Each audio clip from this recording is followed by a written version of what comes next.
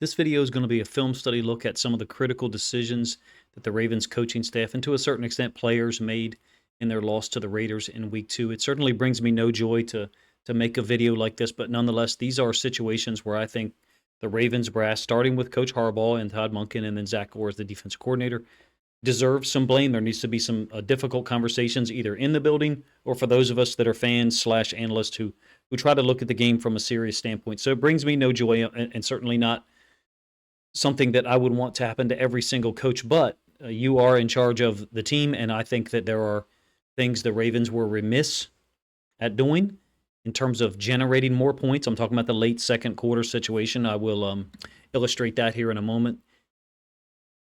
Also, abandoning the running game. I think it's quite obvious that we did that yesterday again. Derrick Henry's pretty much tearing up the Raiders defense in the third quarter. Scores a touchdown early fourth quarter to put us up 23-13 and gets one touch thereafter. Along with that, the coverage predictability. The third and goal from the 17, something I mentioned in the reaction video last night and also put it on Twitter.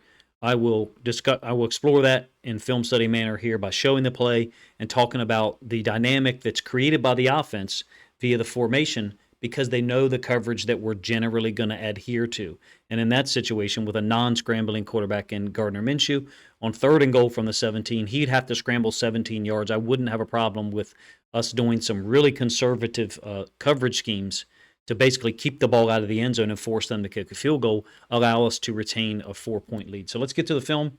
It's not exactly going to be fun, to be honest with you, and I understand that some people will say it's distasteful to show Coach Harbaugh and the usual suspects, but what I'm actually referring to is the situations or circumstances that lead to these 10-point losses. Normally for me, in my memory recall, and you can tell me what you are able to recall, when we have blown a 10-point lead in the third or fourth quarter, it's game situations where we've left points on the board earlier in the day. And this is a 3rd and 8. We're talking about 2:35 left in the second quarter. The Raiders are bringing heavy pressure. For some reason, we have Mark Andrews down here on the bottom side trying to block Max Crosby. I think Lamar has changed the protection because he picked up on a stunt, so credit to him for trying to do that. It didn't work out in our favor necessarily because we didn't get the corresponding stunt that I think Lamar was anticipating. So we certainly wouldn't draw up a pass pro to have Andrews on Max Crosby. My complaint here is that we're going for the home run. And whether that's a Todd Monken thing, whether that's a Lamar thing, whether it's both, I think it's short-sighted. We were up 6-3 at this point. We did not get points here. The Raiders actually took possession of the ball near midfield where we missed the field goal, and they were able to get a field goal to tie at 6, and then we got a field goal to go up 9-6, a shorter field goal. I would say that on a 3rd and 8 in this situation, now we have to play a little bit of mental games and understand, to this point, we have to evaluate the game where we are 28 minutes in. Our defense is dominating them, absolutely dominating them. To me, there's a larger chance of us kicking a field goal, kicking the ball off, getting another stop, and maybe doubling up again. But we are really bad in these double-up situations, in my opinion. I don't know how much of it is on Lamar. We have seen so many of these things happen, I think, since 2022. I'm talking about the Giants in 2022, the Steelers on the road last year. Here we are, week 2. It's already happened again. You may not think this is as big of an issue. You may say, well, Coach, the O-line sucks. Coach, we can't drop the ball for Rashad Bateman. I understand those are factors. These are the things that I think the coaches can control to put the players in better position. I would like to see a more conservative play call. Whether that means a zone read so that we can just get 4 or 5 yards and kick a field goal. Justin Tucker on a 56-yarder is apparently not nearly as reliable as he used to be. But on a 48-yarder or a 49-yarder, I feel like he's still got a high degree of reliability. And he had plenty of leg on this kick, obviously. My point in this complaint is someone made the decision to make the play call to go up top, whether it's Monken, whether it's Lamar, what have you. This is consistently something we do at the end of second quarters. Other teams don't handle it this way, in my opinion. Other teams are able to get points and double up. We did actually double up because we later on got a field goal to finish the second quarter and got a touchdown to open the third quarter. I think we could have had 3 more points on the board, is my point, and then forced their offense to go further 2 minutes left in the second quarter, forced their offense to go further against our defense that's balling out at that point. We collapse in the fourth quarter like we often do. All right, moving on. This is going to be, skipped a little bit, my bad.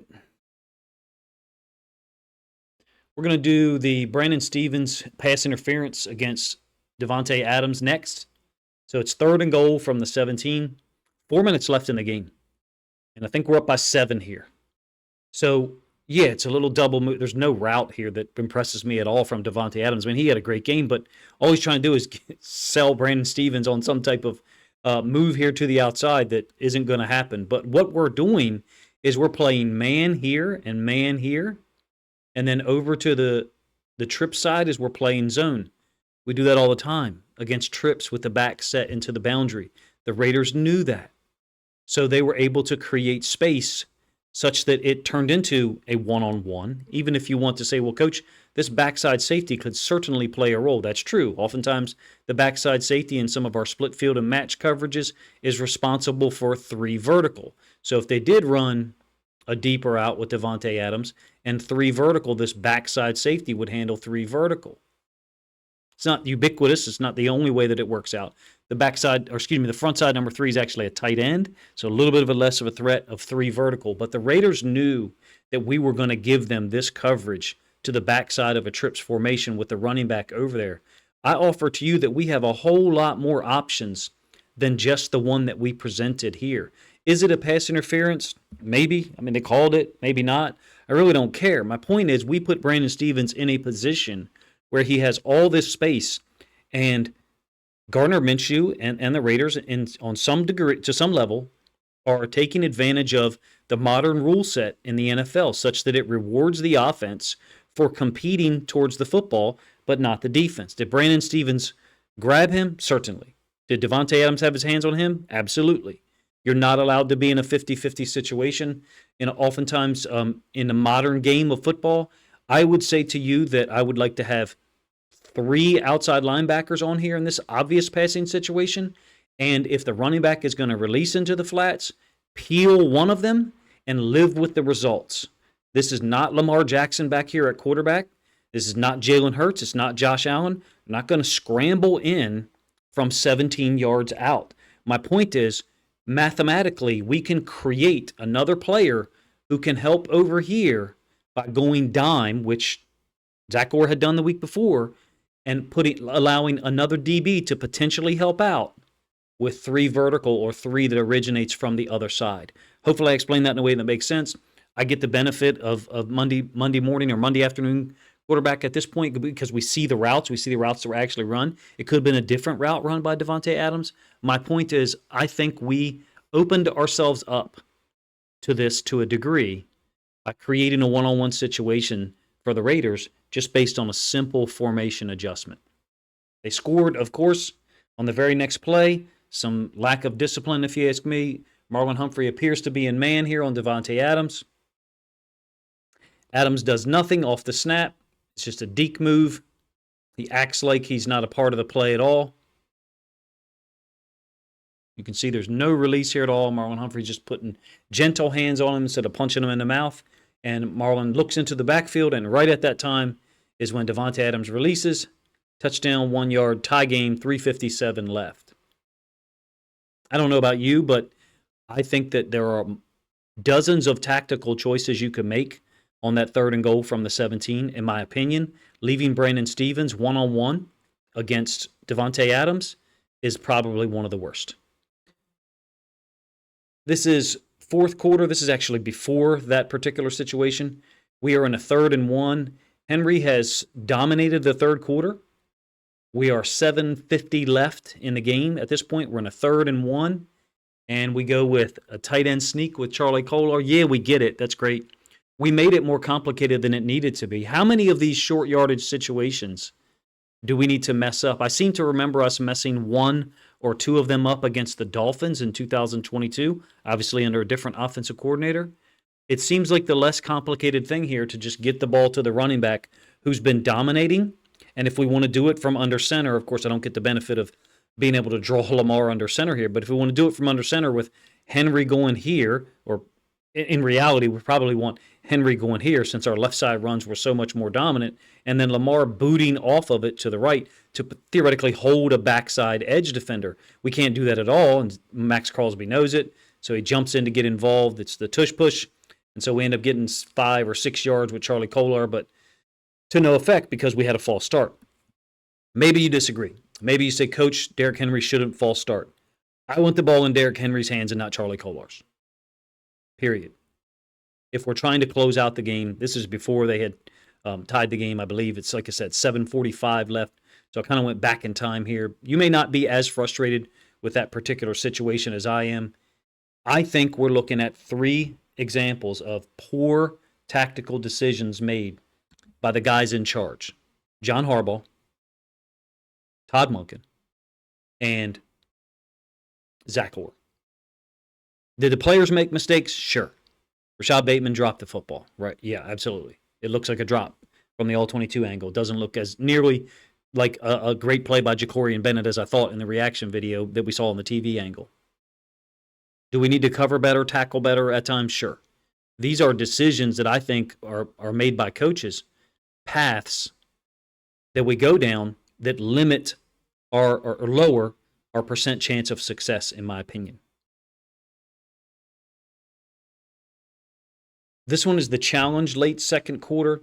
It actually precedes the 3rd and 8 call that I talked about earlier. And the All-22 doesn't do a great job of showing us the play, but I don't know about you. On TV angle, I thought it was quite obvious. They ruled it. It was not a catch, number 1. Number 2, Lamar, it looked like to me I caught a camera angle of him saying, no, don't challenge it. And additional to that, this is in the second quarter, 2:40 left. We're trying to get yards and we're trying to create time for Lamar Jackson. And what did we do? We chipped Max Crosby. Now, the reason I mention that is, what did we not do on the ill-fated sack after they had tied the game? We collapse, in my opinion, because we have poor game management. That's my belief at this point. Do we have poor game management and poor situational awareness in every single football game? No, we do not. It seems to pop up once, twice, maybe 3 times per season, and occasionally it bites us in the backside because the team just doesn't give up. I made the combat sports analogy in the reaction video last night for the Raiders that they're a fighter who took some shots and he ends up in the corner, and instead of just turtling up and letting the ref call it, they keep swinging. And in this case, they did. I feel like our team collapses because of mismanagement, missed opportunities, sometimes players' lack of execution. I actually went back and listened to the press conference from Coach Harbaugh today. I vehemently disagree with his perspective on some of this stuff. I think that you win football games and you tell people, you guys did a great job. And this is a Bear Bryant saying that I'm probably messing up. And when you lose football games, it's our fault. It's my fault. And I didn't hear that from him. I just did not. Maybe in the status that he's in, you think that that's not what a person of that stature should do with that salary tucked next to their name. But I do. And I think that there could be larger issues there if we're not willing to do that as the leader of the team. As it relates to our players being put in those positions consistently, it has to be a thought in the back of their mind at this point when we are in a 10-point lead or a 14-point lead and a team gets a stop or they get a turnover, an interception in this case, or they score a touchdown to get within 7. That absolutely has to be a thought process for our team at this point, whether they want to admit it or not. Maybe not the entire team, but certain players, it's going to pop in their mind. Here we go again. And the only way I can relate it to you is that's exactly what we're all thinking when we're watching. And it's certainly what I thought yesterday about mid-fourth quarter. And I didn't track it the same way that a couple of people in our Discord did, but our lack of awareness to get the ball to Derrick Henry when he was rolling in the third quarter and early fourth quarter is shocking to look back at now. We don't have an identity. I think that's an accurate statement on offense, number one. Number two, we get the further we get into games, the deeper we get into the games, the less flexible we are on defense, the less able we are to adapt as a coaching staff, and that directly leads to Zach Orr, if you ask me. So all three of those guys, Harbaugh, Monken, or I think have got to be real honest with themselves and the players this week to get them back on the same page. And the best way that I've ever personally been able to do that or seen people do it is say, this was my fault. So I appreciate you guys' time. You have to let me know what you think of my thoughts.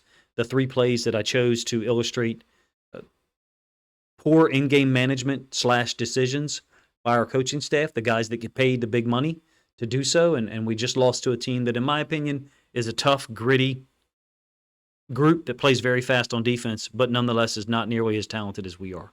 Appreciate you guys' time, man. If you think other Ravens fans would enjoy my thoughts or at least like to hear what I have to say on this issue of in-game management and blowing late-game leads, then please consider grabbing a link to this video, sharing it out on social media to help this content get more reach.